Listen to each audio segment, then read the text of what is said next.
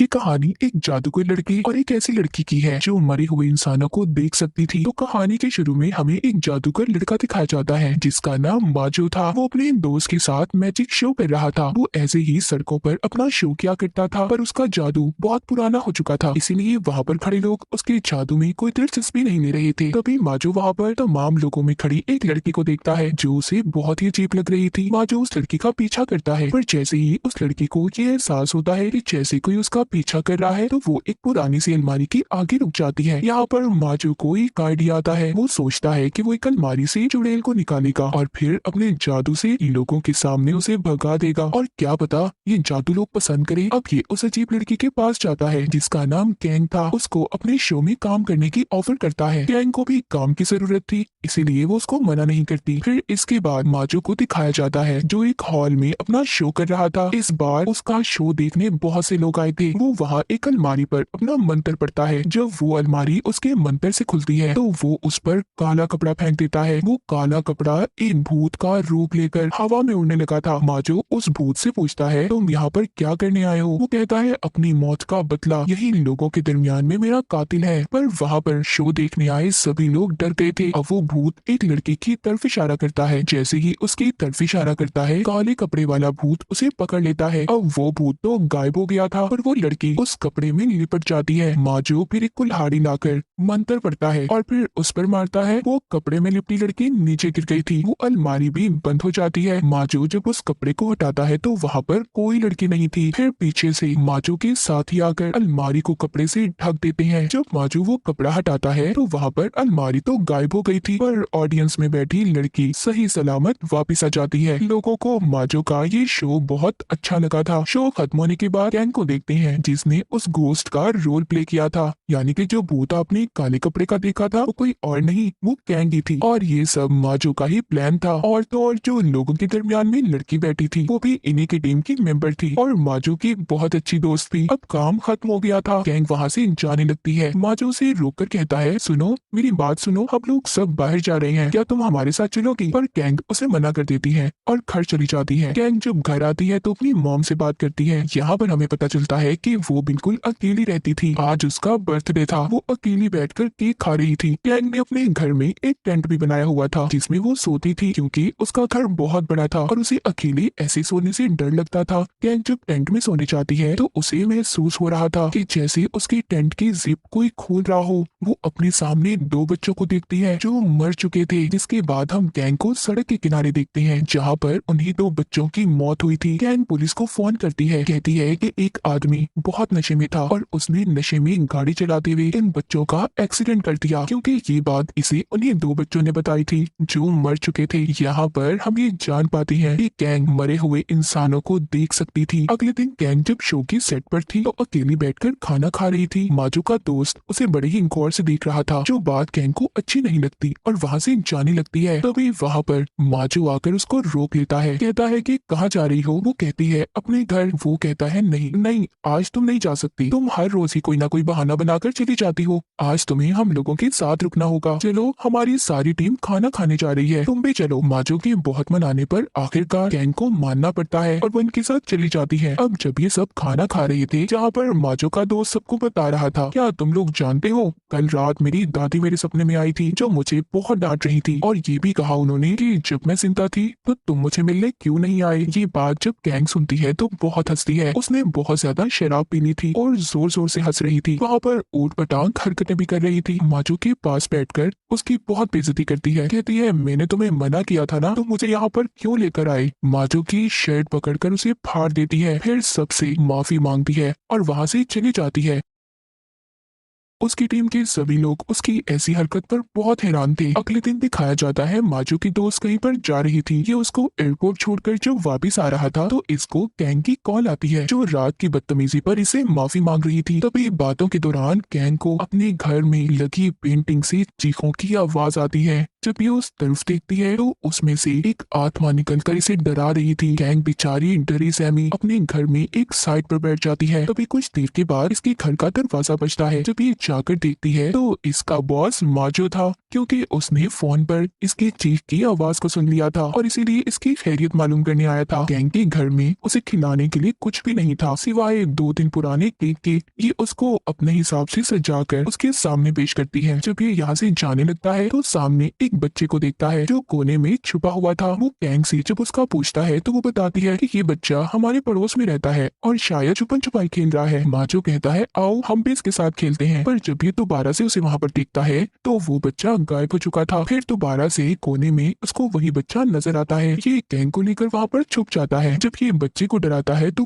वो डर कर बहुत तेजी से भाग जाता है। माजो भी चला गया था। इसके जाने के बाद गैंग अपनी दोस्त को फोन करती है। उन्हें बताती है कि तुम जानती हो मेरे बॉस मेरे घर आए थे। उधर माजो रात को जब अपने घर में सो रहा था तो कोई उसके बेड से गुजरता है जिससे उसकी आंख खुल जाती है। जब ये लाइट जलाकर देखता है तो इसके घर में वही बच्चा था जो इसने गैंग के घर में देखा था। जब ये खुद को शीशे में देखता है तो वो बच्चा इसके पीछे खड़ा था, जिसे देखकर ये बहुत ज्यादा डर जाता है और गिरता पड़ता घर से बाहर आकर गैंग को कॉल करता है। बताता है तुम्हारे पड़ोस में रहने वाला बच्चा मेरे घर पर है। गैंग शराब लेकर माजो के पास आती है और कहती है पहले इसे थोड़ा पी लो, फिर तुम्हें मेरी बात समझ आएगी कि मैं कहना क्या चाहती हूँ तुमसे। वो उसके कान में कहती है सुनो, मुझे मरे हुए इंसान नजर आते हैं, मैं मरे हुए लोगों को देख सकती हूँ और वो बच्चा शायद हमसे कुछ कहना चाहता है। अब ये दोनों दोबारा से घर के अंदर जाते हैं। वो बच्चा फिर से माजो के कंधे पर हाथ रखता है। जब गैंग उस बच्चे के हाथ पर अपना हाथ रखती है तो उसे एक विजन, एक ख्याल नजर आता है। जब ये उसी विजन वाली जगह पर जाती है जहाँ पर एक औरत का एक्सीडेंट हुआ था। उस औरत का बच्चा तो मर चुका था पर वो अभी भी जिंदा थी। माजो जल्दी से एम्बुलेंस को कॉल करता है। सुबह को आकर एम्बुलेंस बच्चे और उसकी माँ को ले जाती है। एम्बुलेंस के जाते ही वो बच्चा गैंग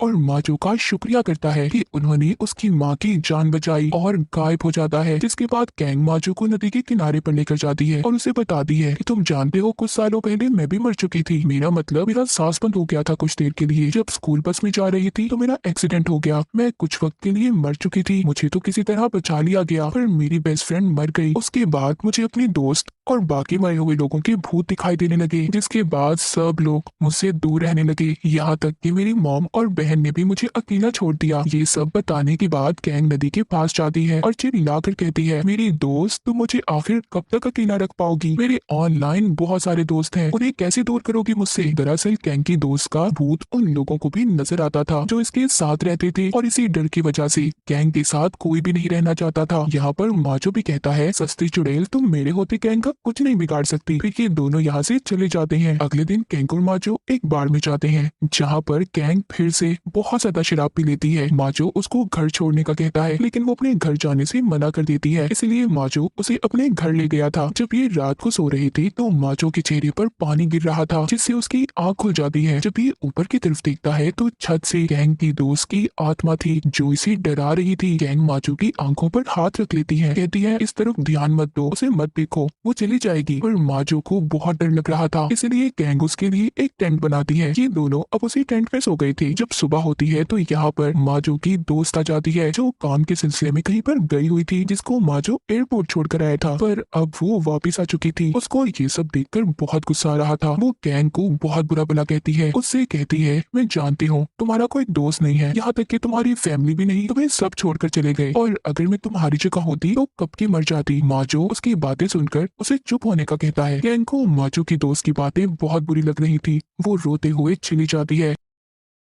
अगली सुबह जब माजो की टीम अपने अगले शो की तैयारी कर रही थी तो वहाँ पर गैंग नहीं आती। माजो बहुत उदास था। उधर गैंग जब अपने घर की सफाई कर रही थी तो उससे मिलने उसकी फ्रेंड्स आती हैं जो ऑनलाइन बनी थी। ये उसके लिए खाना भी लेकर आई थी। गैंग उन्हें देखकर बहुत खुश हो जाती है। अब ये खाना खाती है और बहुत सी बातें करती है। तभी माजो की कॉल आती है जो उसे कह रहा था कि उसे उसकी बहुत याद आ रही है, उससे मिलना चाहता है। अब रात को गैंग तैयार होकर माजो से मिलने जाती है तो खड़ी रास्ते में वो मैजिक शो देखने लगी थी। तभी वहाँ पर उसे लोगों की भीड़ में अपनी दोस्त की आत्मा दिखाई देती है। ये उससे बचने के लिए जब भागने की कोशिश कर रही थी तो स्टेज पर गिर जाती है जहाँ पर उसके पीछे बहुत सारे हाथ थे उसे पकड़ रहे थे, पर वहाँ पर माजो आ जाता है। वो उस डरावने लम्हे को शो का हिस्सा बना देता है जो लोगों को बहुत पसंद आ रहा था। जब ये दोनों जा रहे थे तो गैंग इससे कहती है मुझे सच सच बताना, क्या तुम मेरी वजह से परेशान हो या मेरी वजह से तुम्हारी जिंदगी खराब हो रही है? माजो कहता है ऐसा क्यों कह रही हो, बल्कि तुम्हारे बगैर मैं कुछ भी नहीं हूँ, मैं तुम्हारे साथ अपनी जिंदगी गुजार उतारना चाहता हूँ। जिसके बाद गैंग उसको अपने घर ले जाती है। सुबह को माजो जब उसके घर से जा रहा था तो जाते हुए गैंग की दोस्त की आत्माओं से देख लेती है। रास्ते में माजो की गाड़ी का क्रेन से एक्सीडेंट हो जाता है और वो बच गया था। हैरानी वाली बात ये थी कि क्रेन के अंदर कोई ड्राइवर नहीं था। जब माजो बचकर बाहर आता है तो एक बहुत बड़ा साइन बोर्ड आकर उस पर गिर गया था। उधर गैंग जब अपने घर की सफाई कर रही थी तो उसे एक लॉकेट मिलता है जो उसके दोस्त का था। ये उस लॉकेट को लेकर हॉल में जाती है जहाँ पर माजो परफॉर्म कर रहा था, अपना जादू दिखा रहा था। इसीलिए वो जादू देखने वाले लोगों के दरमियान में ही बैठ जाती है। जब अलमारी खुलती है तो उसमें से काले कपड़े वाला भूत निकलता है। जब माजो उससे उसके कातिल का पूछता है तो वो पहले तो कहीं और इशारा करती है, पर बाद में वो गैंग की तरफ इशारा करके उसे अपने साथ अलमारी में ले जाती है। सब लोग बहुत ज्यादा डर जाते हैं क्योंकि ये जादू उनके शो का हिस्सा नहीं था। सब लोग हैरान थे। माजो जब अलमारी को खोलता है तो उसमें गैंग पानी के एक एक्वेरियम में बंद थी। ये उसको निकालने की कोशिश कर रहा था। जब वो एक कुल्हाड़ी लेकर एक्वेरियम को तोड़ने की कोशिश करता है तो वो हवा में उड़कर नीचे गिर जाता है और बेहोश हो गया था। जब गैंग एक्वेरियम में थी तो लॉकेट निकालकर अपनी दोस्त को देने लगती है। यही से कहानी चली जाती है उस दिन पर जब गैंग की स्कूल बस का एक्सीडेंट हुआ था। दरअसल गैंग और उसकी दोस्त बहुत अच्छी फ्रेंड्स थी। गैंग की दोस्त के पास ये लॉकेट था जो कीमती होने के साथ साथ उसकी दादी की निशानी थी। पर गैंग भी इस लॉकेट को बहुत पसंद करती थी। वो थोड़ी देर के लिए अपनी दोस्त से उसे पहनने के लिए कहती है। जैसे ही ये उस लॉकेट को पहनती है तभी बस का एक्सीडेंट हो गया था। सभी बच्चे नदी में गिर गए थे। रेस्क्यू टीम जब इन्हें बाहर निकालती है तो परेशान थी कि किसका इलाज पहले किया जाए क्योंकि इस वक्त वो सिर्फ एक इंसान की जान बचा सकते थे। जब वो गैंग के गले में हार देखते हैं तो समझ जाते हैं कि ये किसी अमीर घर की है और इसीलिए पहले उसकी जान बचाते हैं। पर गैंग की दोस्त मर चुकी थी। फिर जब गैंग को हॉस्पिटल ले जाया जाता है तो डॉक्टर्स ने वो लॉकेट उतारकर गैंग की मॉम को दे दिया था।